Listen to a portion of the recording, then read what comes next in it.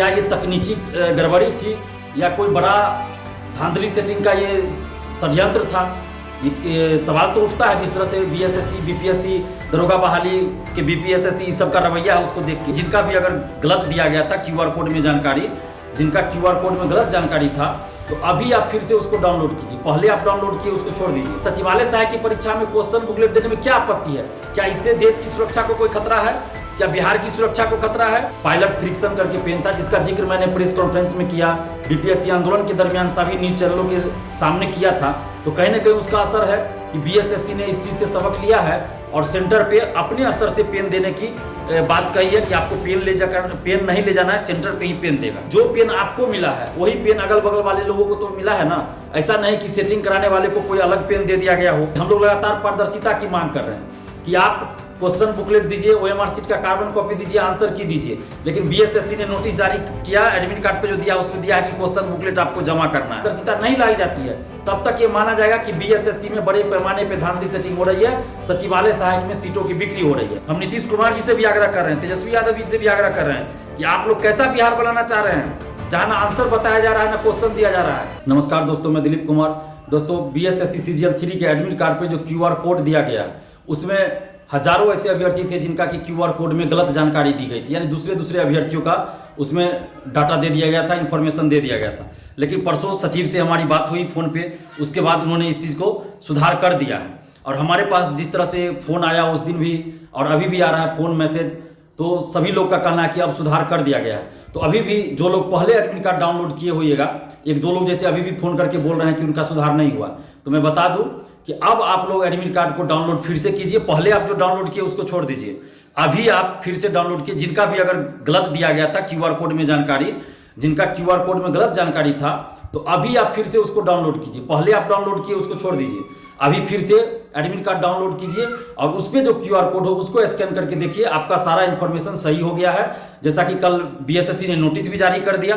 चलिए, इसके लिए हम बीएसएससी को धन्यवाद देते हैं कि कम से कम हम लोग फोन से ही बात की और बीएसएससी ने इस पर संज्ञान लिया और कल नोटिस भी जारी हो गया।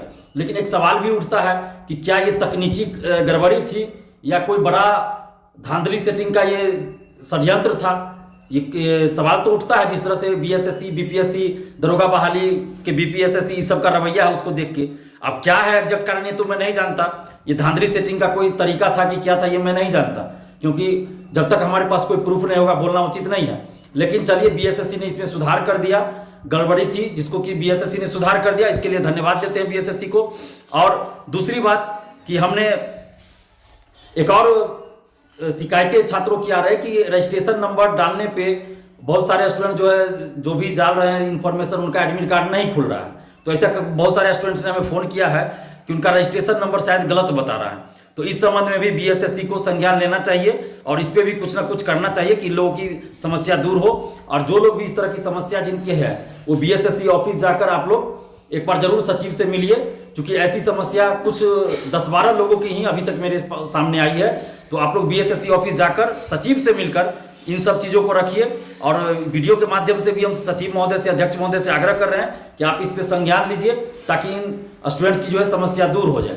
और एक महत्वपूर्ण बात यह कि पेन, इस बार एडमिट कार्ड पे लिखा हुआ है कि पेन आपको सेंटर पे ही मिलेगा। जिस तरह ओएमआर शीट मिलेगा, क्वेश्चन बुकलेट मिलेगा, उसी तरह आपको पेन भी मिलेगा। तो कहीं ना कहीं ये असर हुआ है जो बीपीएससी आंदोलन के दरमियान हमने उस पेन का जिक्र किया था, जिस पेन को लेकर लोग रंगते हैं, सेटिंग कराते हैं, जो एक मैजिक पेन था, पायलट फ्रिक्शन करके पेन था, जिसका जिक्र मैंने प्रेस कॉन्फ्रेंस में किया, बीपीएससी आंदोलन के दरमियान सभी न्यूज चैनलों के सामने किया था।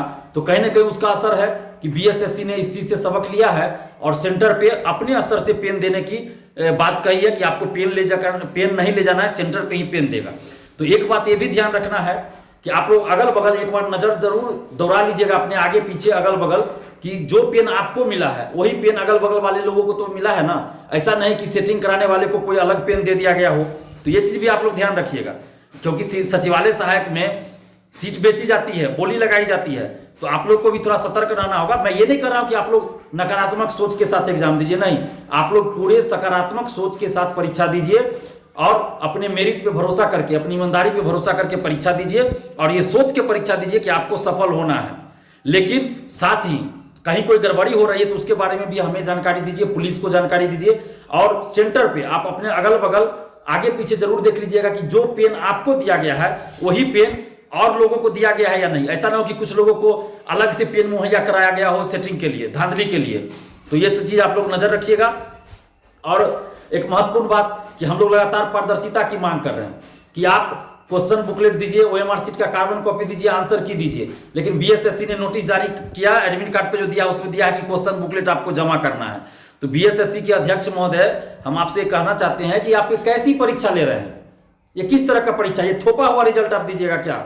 आखिर आपको क्वेश्चन बुकलेट देने में क्या आपत्ति है? आप पैसा लेते हैं फॉर्म भरने का, फ्री में फॉर्म नहीं भराया जाता है, पैसा लगता है। यूपीएससी क्वेश्चन देती है, बीपीएससी क्वेश्चन देती है। बिहार में ही बीएड की परीक्षा होता है तो ओएमआर शीट का कार्बन कॉपी दिया जाता है, क्वेश्चन बुकलेट दिया जाता है। यूपी झारखंड में क्वेश्चन बुकलेट दिया जाता है, इसके अलावा आपको ओएमआर का कार्बन कॉपी दिया जाता है। फिर बिहार में ये सचिवालय सहायक की परीक्षा में क्वेश्चन बुकलेट देने में क्या आपत्ति है? क्या इससे देश की सुरक्षा को कोई खतरा है? क्या बिहार की सुरक्षा को खतरा है? किसी को कोई खतरा नहीं है। तो बीएसएससी के अध्यक्ष महोदय, अगर आप ईमानदार हैं तो आपको पारदर्शिता लाने में क्या दिक्कत है?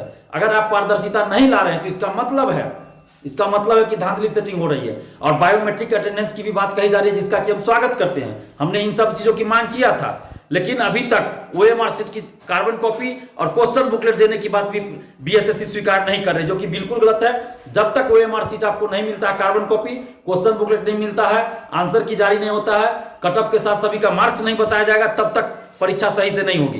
तो बीएसएससी के अध्यक्ष महोदय से आग्रह कर रहे हैं कि अभी भी समय है, आप जो है परीक्षा के दिन कम से कम क्वेश्चन बुकलेट दे दीजिए। ओएमआर शीट की चलिए कार्बन कॉपी आप इतनी जल्द आप व्यवस्था नहीं कर सकते हैं, तो वो ऑनलाइन आप जारी कर दीजिए। परीक्षा समाप्ति के तुरंत बाद ओएमआर शीट को आप ऑनलाइन जारी कर दीजिए और क्वेश्चन बुकलेट आप परीक्षा समाप्ति के बाद दे दीजिए स्टूडेंट्स को। आप क्वेश्चन रखिए, क्या कीजिएगा।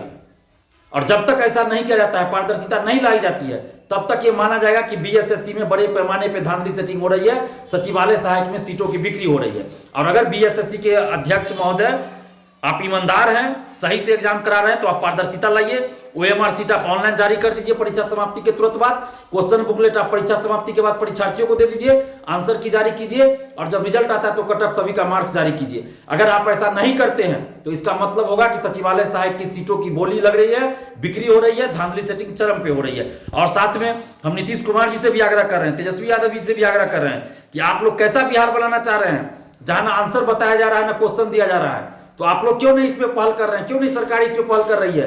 क्यों नहीं समान प्रशासन विभाग दिशा निर्देश दे रहा है, नोटिस जारी कर रहा है कि सभी भर्ती आयोग ये सब चीज करे, पारदर्शिता लाए?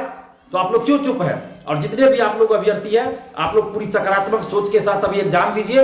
लेकिन ध्यान रखिएगा कि अगल बगल कोई ओएमआर शीट खाली छोड़ के ना आए और कोई दूसरा पेन से न रंगे, किसी को दूसरा पेन न दिया जाए, ये भी ध्यान रखिएगा। और पूरी सकारात्मक सोच के साथ आप एग्जाम दीजिए। और परीक्षा के बाद हम लोग देखते हैं, अगर आप लोग साथ दीजिएगा तो बीएसएससी सीजीएल 3 परीक्षा के तुरंत बाद हम लोग आंदोलन कर सकते हैं पारदर्शिता लाने के लिए। तो फिलहाल आप लोग अभी पूरी सकारात्मक सोच के साथ परीक्षा दीजिए। धन्यवाद, जय हिंद। लाइव बिहार यूट्यूब पर सब्सक्राइब और फेसबुक पर लाइक जरूर करें।